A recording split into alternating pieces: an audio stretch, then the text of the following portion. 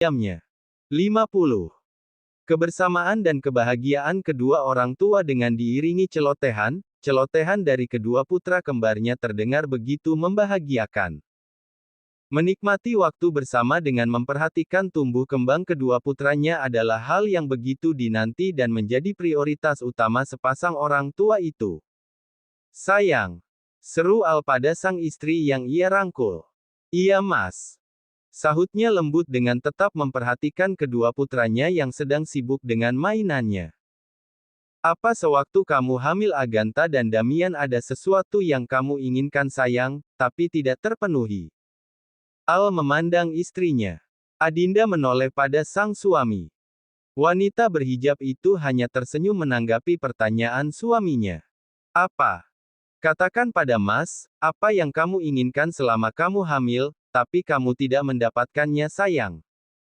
Seru Al lagi dengan rasa khawatirnya. Mas, semua yang Adinda dan anak butuhkan, semuanya sudah Mas Al penuhi. Sahutnya lagi dengan tersenyum. Adinda tahu jika suaminya ini masih mengingat masa di mana ia sedang mengandung putranya tanpa adanya seorang suami yang mendampinginya.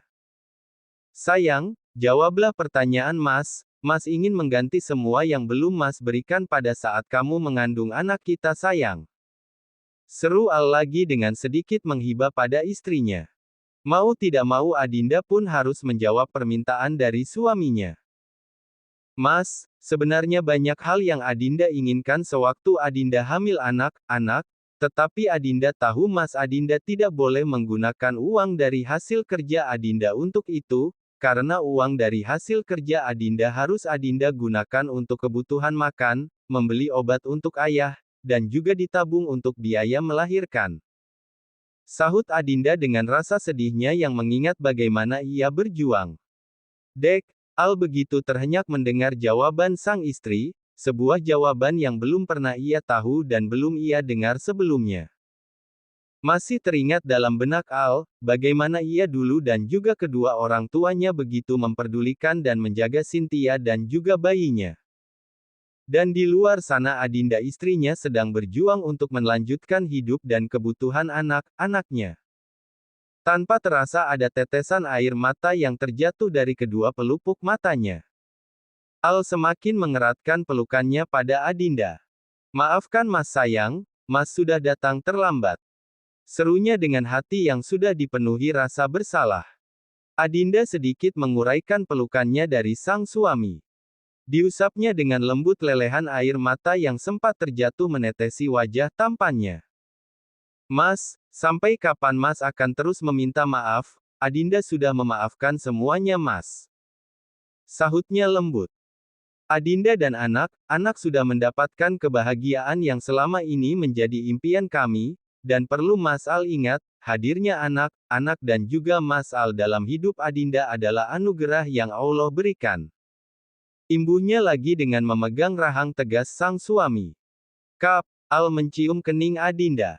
Terima kasih sayang. Sahutnya. Sepasang orang tua yang saling menguraikan rasa kesedihannya itu tidak menyadari jika kedua putra mungilnya yang sedang bermain di depan mereka nampak saling memperebutkan mainan. Mungkin karena memang ulah sang Damian yang merasa suka dengan mainan kembarannya Agatha, membuat Damian merebut mainan yang dipegang saudaranya, merasa tak terima mainannya direbut, Agatha kembali mengambil mainannya dari Damian, namun sepertinya Damian ini masih ingin mengambil mainan saudaranya, hingga terjadilah aksi saling rebut-merebut mainan, hingga akhirnya. Oek. Agatha menangis dengan begitu kencangnya karena mainannya telah berhasil direbut oleh Damian. Ya Allah, ada apa nak? Tanya Adinda yang sedikit terkejut karena tiba saja putranya menangis. Uk.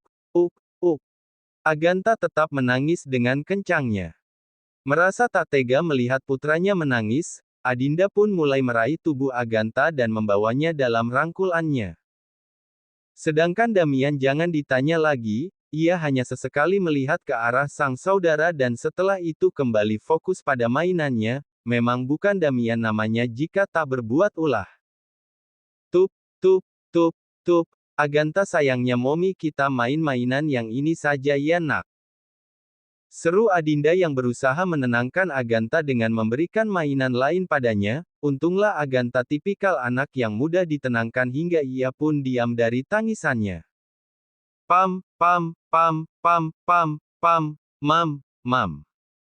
Celoteh Damian dengan senyumannya pada sang kembaran. Al hanya bisa gelengkan kepalanya, dan ia pun meraih tubuh Damian yang sedang asyik dengan mainannya itu. Emuah, anak Dedi ini memang nakal ya, suka sekali mengganggu saudaranya. Seru Al dengan terus menciumi pipi gembul Damian. Sore pun telah tiba, saatnya bagi para karyawan mulai melangkahkan kakinya dan berangsur meninggalkan tempat kerja mereka dan kembali ke rumahnya masing-masing. Vita mulai melangkah menuju halaman luas di depan kantor perusahaan tuannya. Nampak di depan sana sudah ada supirnya Pak Mul, yang sedang menunggunya.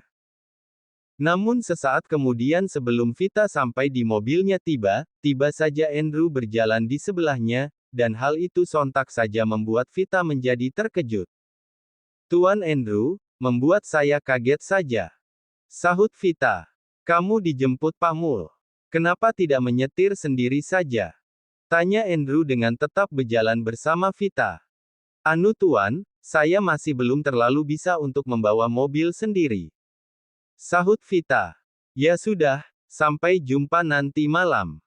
Tutur Andrew, dan ia pun mempercepat langkahnya menuju mobilnya. Vita terhenti dari jalannya, ia terheran dengan kalimat terakhir Tuan Andrew-nya. Tuan Andrew kenapa? Apa maksudnya tadi, sampai jumpa nanti malam, memangnya nanti malam aku ada janji apa dengan dia? Dasar pria aneh, kalau bicara suka seenaknya. Batin Vita. Tanpa terasa waktu malam pun telah tiba dan terus berjalan mengarungi malam yang terasa lebih sunyi. Sepasang anak kembar kini telah terlelap dan mengarungi mimpi indahnya. Namun nampaknya tak membuat sang Momi juga bisa tidur terlelap sama seperti sepasang anak kembar yang sedang terlelap itu. Adinda masih setia duduk di bibir ranjang empuknya. Pikirannya menerawang teringat akan sosok wanita yang sudah bagaikan ibu kandung baginya. Bibi masih di kampung. Kenapa Bibi tidak bisa dihubungi? Adinda rindu Bibi. Batin Adinda sedih yang merindukan Binadia, dan tanpa terasa ia pun menjatuhkan air matanya. Ceklek, pintu kamar pun dibuka, dan nampaklah sesosok Al. Ia masuk ke kamarnya dan mendekat ke arah sang istri. Sayang, seru Al. Buru Adinda menghapus tetesan air matanya, berharap agar suaminya tak mengetahui kesedihannya. Iya mas. Sahutnya. Tumben kamu belum tidur sayang, biasanya kalau anak tidur kamu juga ikut tidur. Sahut Al, dan ia pun duduk di samping istrinya. Belum mas, Adinda belum mengantuk, lagi pula ini masih pukul 7, masih terlalu dini untuk tidur mas. Sahut Adinda. Sayang, kamu kenapa, kamu menangis? Tanya Al. Wajar saja jika Al bertanya seperti itu, pasalnya ia melihat mata istrinya yang terlihat sedikit memerah. Menangis apa sih mas, kenapa Adinda harus menangis?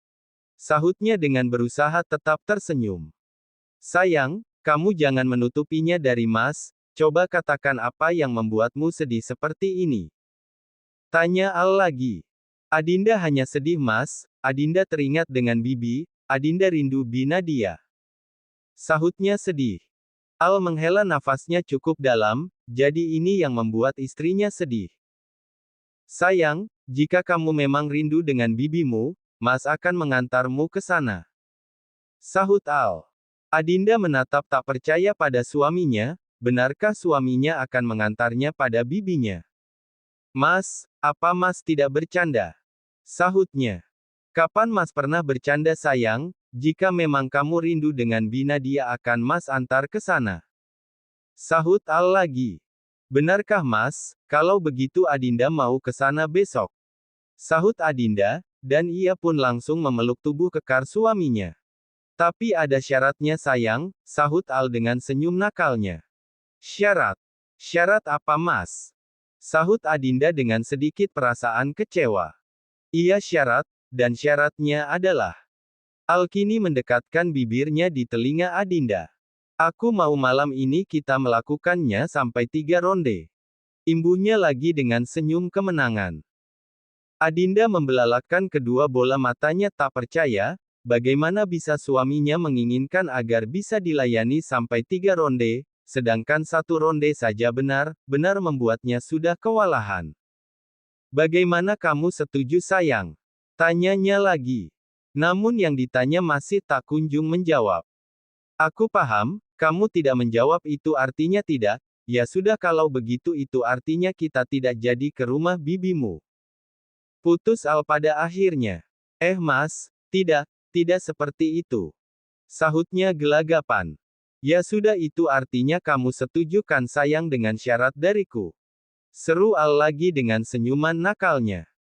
Mas, 2 ronde saja ya. Kan besok kita harus berangkat ke rumah bibi, kalau Adinda mengantuk bagaimana? Bisa tidak jadi pergi. Elak Adinda, sebenarnya ia berusaha untuk nego. Baiklah, benar ya 2 ronde, 1 ronde 1,5 jam, jadi jika 2 ronde artinya 3 jam. Sahut Al dengan segala kelicikannya. Apa? Adinda sangat terkejut, 2 ronde tapi sampai 3 jam, lalu apa bedanya dengan 3 ronde? Paras cantik gadis berhijab nampak terpancar dari wajahnya. Cukup lama dirinya bercermin untuk melihat penampilannya. Namun meski begitu ada satu hal yang membuatnya bertanya mengapa dirinya harus berpenampilan secantik ini, apakah malam ini ada acara yang sangat penting hingga harus berpenampilan sebagus ini? Vita kamu sudah siap nak? Seru Pak Budi yang tiba saja datang menghampiri. Ayah, iya Vita sudah siap. Sahutnya. Ya sudah kalau begitu ayo kamu ke ruang tamu, mereka sudah menunggu. Sahut Pak Budi. Vita mengernyit bingung pada sang ayah. Ayah memang siapa yang menunggu sih, kan Vita tidak memiliki janji pada siapapun. Sahutnya. Oleh karena itu ayo kamu ke ruang tamu dulu sekarang, biar kamu tahu siapa yang menantimu. Sahut Pak Budi. Akhirnya Vita pun pasrah, percuma saja ia bertanya pada ayahnya kalau jawabannya akan ia ketahui di ruang tamu. Akhirnya Vita pun melangkah dengan beriringan dengan sang ayah. Entah mengapa dalam setiap langkahnya menuju ruang tamu dadanya terasa begitu dak-dikduk seolah seperti ada hal besar pada hari ini. Dan kini langkah Vita telah terhenti di ruang tamu itu, pandangannya mulai menelisik ke setiap orang yang sudah duduk di sofa. Terlihat di sana ada beberapa hadiah dan juga buket bunga indah yang sudah tertata rapi di atas meja, dan tak jauh dari itu ada sepasang pria dan wanita parubaya yang tersenyum ke arahnya, dan Vita pun juga tersenyum pada kedua orang tua itu, hingga tatapannya kini tertuju pada orang terkahir yang sudah duduk di samping orang tua itu dan Vita begitu sangat terkejut dengan sosok terakhir yang dilihatnya. Tuan Andrew, ada apa malam datang ke sini?